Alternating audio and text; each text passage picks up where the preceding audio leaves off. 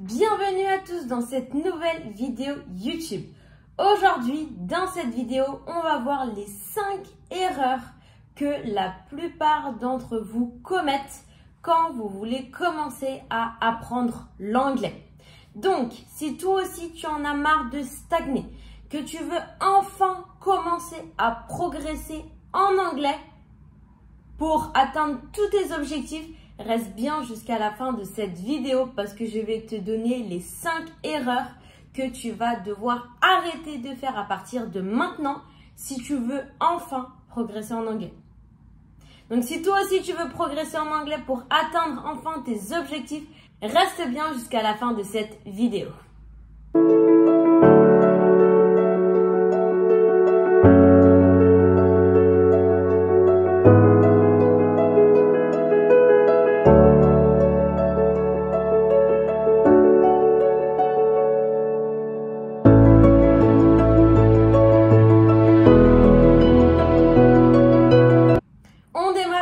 Avec la première erreur que la plupart d'entre vous font, c'est de vouloir se focaliser uniquement sur la grammaire et la conjugaison. Donc pourquoi c'est une erreur? Tout simplement parce que c'est pas grâce à la grammaire ou à la conjugaison que vous allez pouvoir communiquer. Non, c'est grâce au vocabulaire. Et oui, si jamais vous connaissez la grammaire par cœur, la conjugaison par cœur, mais que vous n'avez pas de vocabulaire, vous ne pourrez jamais parler. Donc, la grammaire et la conjugaison, c'est très bien, bien évidemment. Je ne vais pas dire qu'il ne faut pas la réviser, mais ce n'est pas le plus important. Pour parler une langue étrangère, il faut avoir du vocabulaire.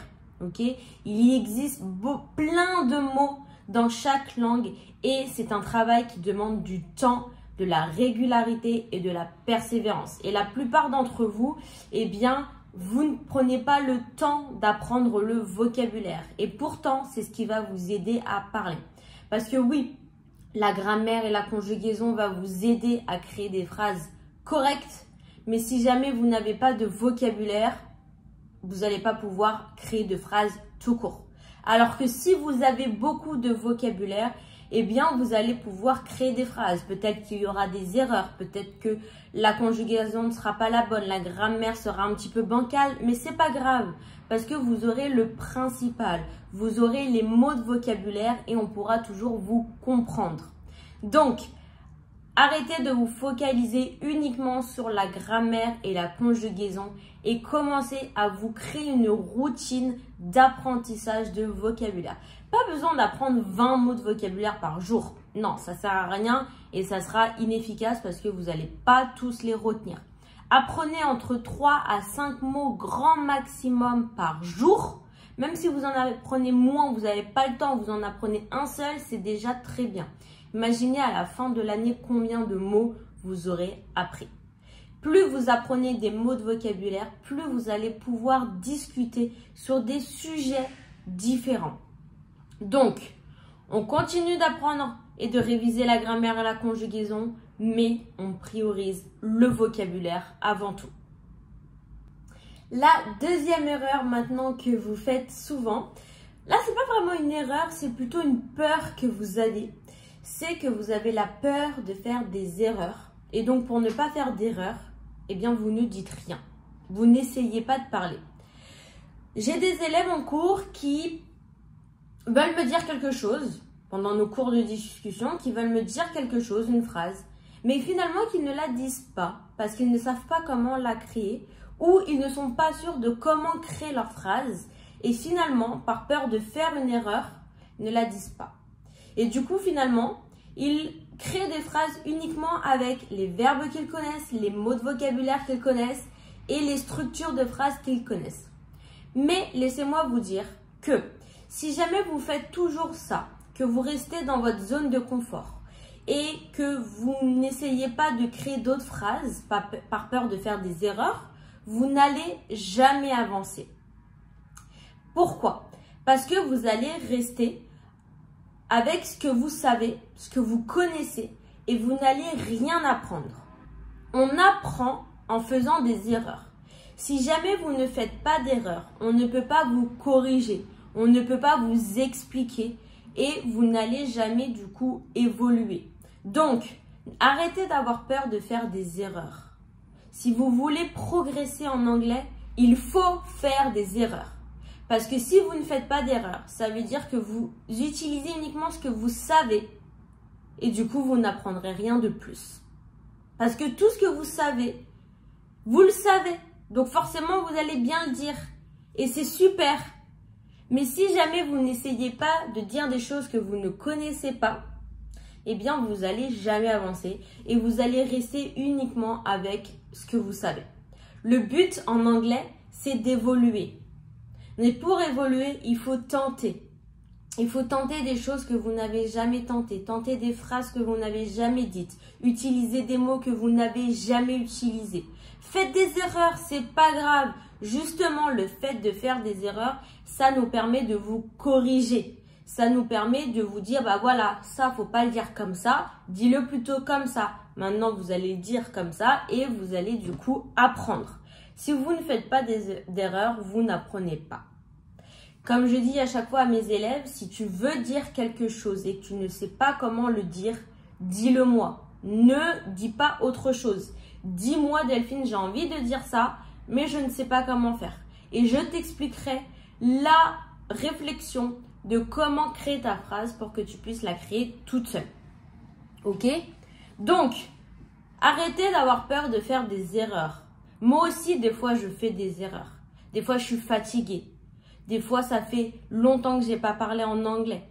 Des fois, mon cerveau, il n'a pas envie. Des fois, je me mélange. Mais c'est normal, on est tous humains. Moi aussi, je fais des erreurs et après, je me corrige. C'est pas grave. Pourquoi on n'a pas le droit de faire des erreurs? Parce qu'on va être jugé par les autres? Mais les personnes qui vont vous juger sur vos erreurs, ce sont les personnes qui parlent une seule langue. Je parle 3 langues. Je fais des erreurs en français, en anglais, en espagnol. Je fais des erreurs dans mes 3 langues. Pourquoi? Parce que je ne suis pas un robot. Je suis humaine. Donc forcément, des fois, je suis fatiguée. Des fois, je n'ai pas envie. Des fois, mon cerveau, il a envie de se reposer. Il n'a pas envie de réfléchir. Et du coup, bah, ça amène à des petites erreurs. Mais c'est pas grave. Le plus important, c'est de voir qu'on a fait une erreur, de se corriger et de corriger son erreur. Et même si vous faites des erreurs, vous pensez que les Anglais, eux, ne font jamais d'erreurs? C'est les premiers à faire des erreurs. C'est les premiers à ne pas conjuguer leurs verbes. C'est les premiers à faire des contractions de partout qu'ils ne veulent rien dire. Donc, n'ayez pas peur de faire des erreurs parce que vous, qui voulez être parfait, eh bien, vous allez parler mieux que de vrais anglophones. Donc, vous voulez vous améliorer, c'est très bien. Mais commencez par sortir de votre zone de confort, à tenter des phrases que vous n'avez pas l'habitude de créer, des phrases plus compliquées de ce que vous avez l'habitude de dire. Parce que si vous n'essayez pas de parler de sujets un petit peu plus compliqués, de créer des phrases un petit peu plus compliquées et que vous restez finalement dans le type de phrase, le type de conjugaison que vous connaissez déjà, vous n'allez jamais évoluer. Donc, essayez de tenter d'autres phrases. Même si vous faites des erreurs, c'est pas grave, c'est comme ça que vous allez apprendre. Et plus tard, c'est comme ça que vous allez réussir à créer des phrases beaucoup plus compliquées que ce que vous êtes en train, ce que vous pouvez dire et créer aujourd'hui. Donc, faites des erreurs, c'est comme ça qu'on apprend et c'est comme ça que vous allez progresser. La troisième erreur que vous faites souvent, c'est de vouloir apprendre trop vite. J'ai beaucoup de mes élèves qui veulent faire toute la formation en quelques temps, qui veulent apprendre des listes interminables de vocabulaire en quelques jours. Mais ce n'est pas la bonne méthode. Quand on apprend une langue étrangère, que ce soit l'anglais ou une autre langue, il faut prendre son temps. Parce qu'il y a beaucoup de choses à apprendre. Le vocabulaire, la grammaire, la conjugaison. Et ça prend du temps. Si jamais tu ne prends pas ton temps à apprendre tout ça, eh bien tu vas tout oublier aussi vite que tu l'auras appris. Parce que tu vas commencer par les bases, des choses faciles. Donc tu vas dire, bon bah ça c'est facile, je l'ai appris quand j'étais en cours, donc ok, tranquille. Tu vas continuer, tu vas apprendre d'autres choses. Mais au fur et à mesure où tu vas apprendre des choses, tu vas oublier les débuts. Tu vas me dire, mais non, je sais dire il fait beau dehors, je sais parler de la pluie, du beau temps, je sais parler de ma maison, j'oublierai pas. Et si, pourtant, tu peux l'oublier. Parce que plus tu vas apprendre de choses, plus que tu auras appris, même si c'est des choses qui te paraissent simples au début, tu peux les oublier. Ok? C'est pas parce que tu as appris quelque chose aujourd'hui que tu vas le retenir toute ta vie. Même si ce sont des choses simples que tu penses retenir. Pourquoi? Parce que finalement, quand tu vas apprendre des choses, tout ce que tu auras appris au début va se retrouver à l'arrière de ton cerveau. Et après, quand tu voudras les utiliser, ça va être difficile de les sortir. Quand tu vas les entendre, tu vas les reconnaître parce que tu les connais. Ils sont dans ton cerveau, mais ils sont loin dans ton cerveau. Donc, pour les ressortir, ça va être plus compliqué. Donc, comment faire pour, quand tu commences à apprendre des choses et que tu apprends d'autres choses après, ne pas oublier ce que tu as appris au début. Pour ça, c'est très simple. Il faut toujours te rappeler ce que tu as appris au début. Dès que tu apprends une nouvelle chose, rappelle-toi ce que tu as appris au début. Pas besoin de toujours et constamment apprendre. D'accord? Juste relis. Fais-toi un cahier avec tout ce que tu apprends, le vocabulaire, la conjugaison, la grammaire. Et dès que tu notes quelque chose de nouveau dans ce cahier, relis toutes les pages de ton cahier comme si c'était un livre. Tu vas à la plage, tu prends ton cahier et tu lis. Tu n'as pas besoin d'apprendre, juste tu lis. Le fait de le voir, de le revoir, de le lire, de l'écrire, de le dire, eh bien c'est ça qui va te permettre de garder ce que tu as appris au début là-dedans. Ok? Donc fais-toi un cahier et de temps en temps, relis de la page 1 à la dernière page tout ce que tu as écrit. Ne saute aucune page. Parce que si tu penses que ce que tu as appris dans la page 1, c'est acquis, crois-moi, quand tu apprends une langue étrangère, rien n'est acquis à vie. Ok? Tout peut être oublié. Le cerveau est un muscle, il faut le travailler régulièrement. Donc si tu ne travailles pas ton cerveau régulièrement à penser à l'anglais, tu peux très vite l'oublier. Moi, c'est pareil. Si je pars un an, par exemple en Espagne, et que je ne parle pas du tout anglais pendant un an, je peux oublier des choses. Je reviens, j'ai mon cahier, je le lis de la page 1 à la dernière page, tout va me revenir. Pourquoi? Parce que je l'ai appris une première fois, donc c'est dans mon cerveau. Mais le fait de ne pas l'utiliser, mon cerveau peut l'oublier, peut penser à autre chose. Il faut juste que je le rafraîchisse, que je lui rappelle ce qu'il a appris. Ok? Donc si toi aussi, tu veux parler anglais couramment, parler de tous les sujets, il faut que tu n'oublies aucune chose. Donc pour ça, tout simplement, relis régulièrement tes notes. Comme ça rafraîchira ton cerveau régulièrement et tu n'oublieras rien. Quand tu voudras parler, tu pourras parler de tout ce que tu veux, car ton cerveau, du coup, toutes les informations seront fraîches dans ton cerveau. On continue maintenant avec la quatrième erreur que vous faites, c'est de ne pas parler, de ne pas pratiquer votre anglais régulièrement. Il y a beaucoup de personnes d'entre vous qui pensent que juste réviser suffit. Dès que vous apprenez quelque chose, eh bien, vous pensez que c'est acquis. Mais non, il faut utiliser, parler, pratiquer tout ce que vous apprenez. Vous apprenez un mot de vocabulaire, vous créez des phrases avec, vous parlez de ce mot pour le retenir. Vous apprenez une conjugaison, vous utilisez cette conjugaison. Vous parlez, vous pratiquez. Et c'est ce qui va vous permettre d'évoluer beaucoup plus rapidement que juste de réviser et d'apprendre. On apprend, on pratique. On apprend, on pratique. On apprend, on pratique. Ok? Pas besoin de faire ça pendant 3 heures. Le mieux est d'en faire un petit peu chaque jour que 3 heures le lundi et après ne plus rien faire pendant toute la semaine parce que vous êtes fatigué, vous en avez marre. Ok? On en fait un petit peu chaque jour. Le lundi, vous apprenez 3 mots de vocabulaire.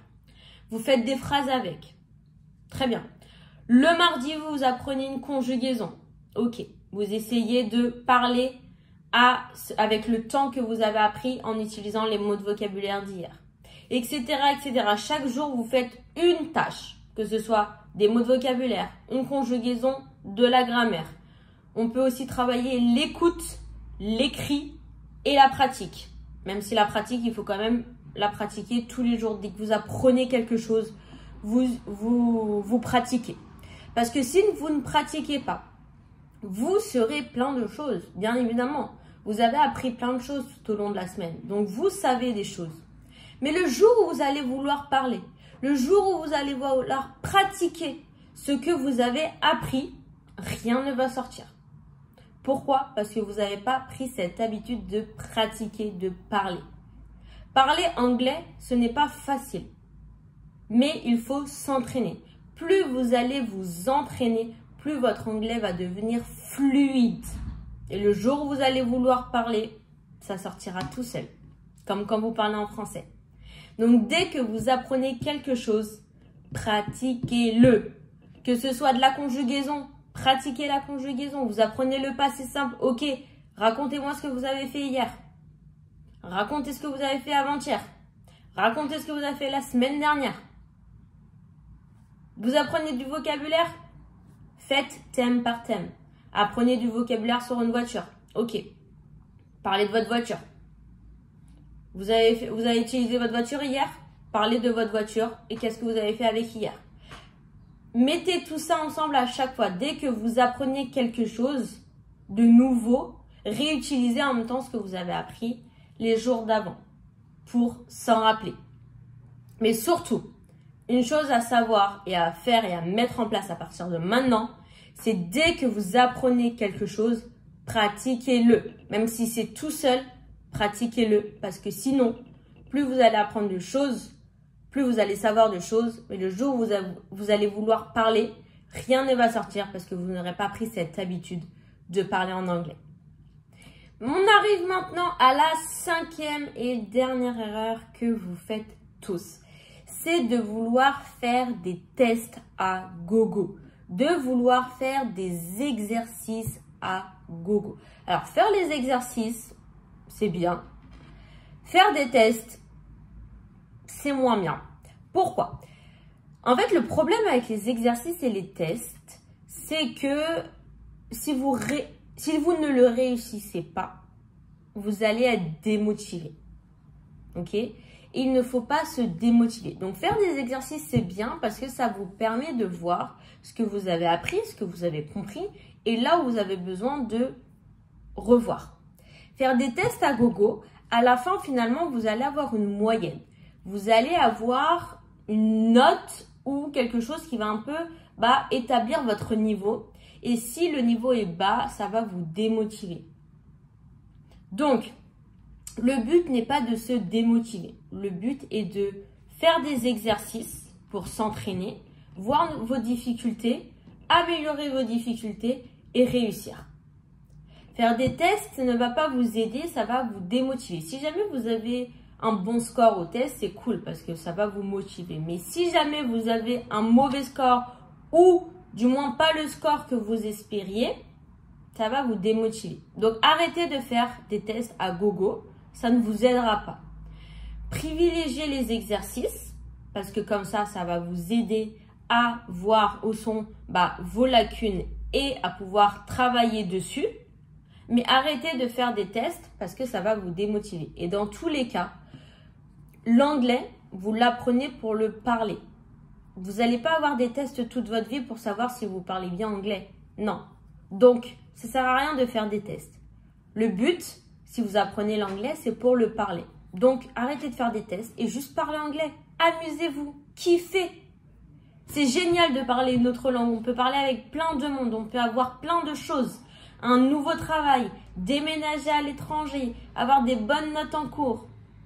C'est cool de parler une langue étrangère. Donc, amusez-vous à apprendre l'anglais et amusez-vous à parler anglais. Si vous voulez parler anglais, c'est que vous en avez envie. C'est que c'est quelque chose qui vous fait kiffer et que vous avez un objectif.